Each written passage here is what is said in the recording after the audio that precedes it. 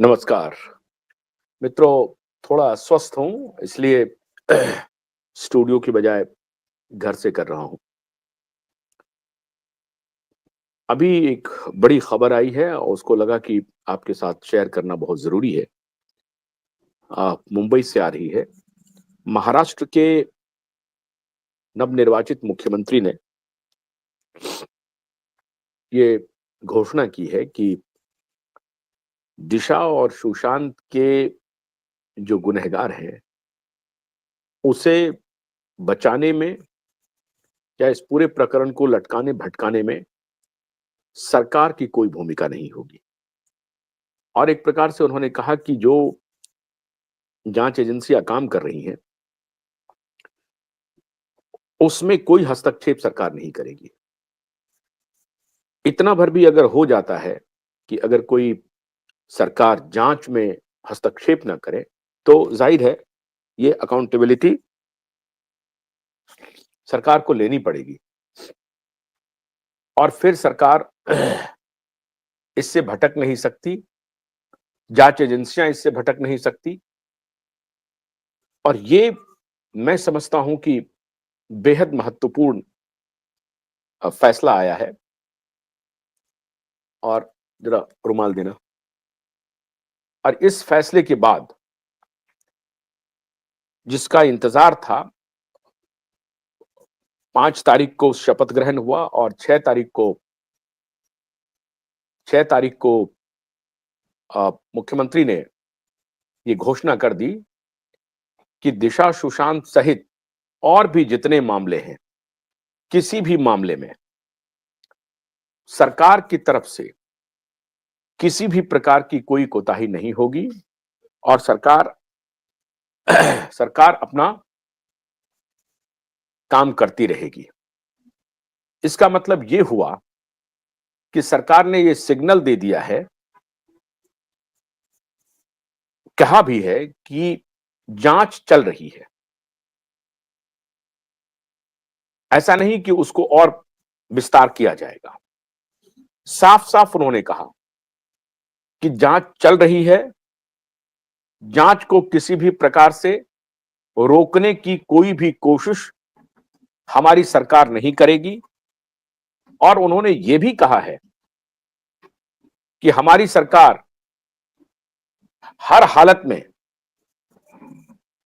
जो जांच एजेंसियां हैं, उनसे अपील करेगी कि वो किसी भी सूरत में इस जांच को लॉजिकल कंक्लूजन तक पहुंचाएं। और यह स्पष्ट हो गया यह स्पष्ट हो गया कि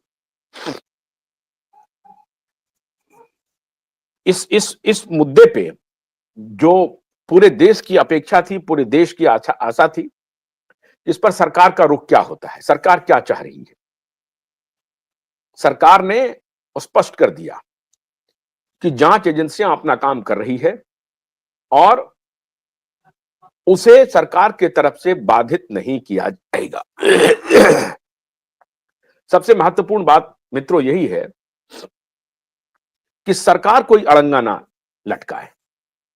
अब ये पूरा का पूरा ओनस आएगा जांच एजेंसी पे। और जांच एजेंसी को अदालत में जो हमारी टीम गई है, जो बार-बार कह रही है कि जांच एजेंसी अपना स्टेटस रिपोर्ट दे, तो इसका मतलब यह हुआ कि स्टेटस रिपोर्ट देने के लिए जो मीडिया का दबाव है, जो हम लोगों का दबाव है, हमारे वकील साहब का दबाव है, वो दबाव काम करेगा। और किसी भी सूरत में मैं समझता हूं कि अब जांच एजेंसी को क्लीन होकर के बाहर आना ही पड़ेगा। इस दौरान एक बहुत बड़ा खेल हो गया है। खेल यह हो गया है कि महाविकास अघाड़ी में बहुत घबराहट हो गई। देवेंद्र फडणवीस ने यह भी कहा है, और ये पावर गैलरी में चर्चा हो रही है, कि लगभग 46 में से 32 विधायक वो देवेंद्र फडणवीस के संपर्क में हैं। और 32 के 32 विधायक ये कह रहे हैं कि हम आपको अनकंडीशनल सपोर्ट करने के लिए तैयार हैं। अब इन 32 विधायकों के आंकड़े को जरा देखिए। 20 विधायक हैं शिवसेना उद्धव के, 16 विधायक हैं कांग्रेस के, 10 विधायक हैं शरद पवार के। शरद पवार के सारे विधायक कहा जा रहा है कि वो देवेंद्र फडणवीस के संपर्क में हैं वाया अजित पवार। कांग्रेस पार्टी के सभी 16 विधायक, एक दो को छोड़ दीजिए, तो संपर्क में है सीधे देवेंद्र फडणवीस से। और सबसे इंपॉर्टेंट बात है उद्धव ठाकरे के साथ अभी सबसे बड़ा खेल होने वाला है। मैंने आपको 23 नवंबर को ही इस बात की जानकारी दी थी कि बकरे की अम्मा कब तक खैर मनाएगी, और बकरे के कटने का दिन आ गया।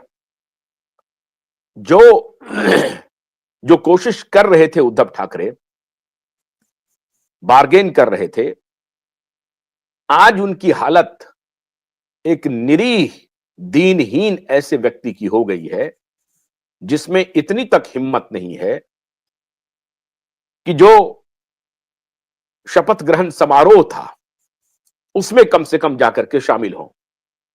हिम्मत नहीं हुई, शरद पवार भी नहीं गए।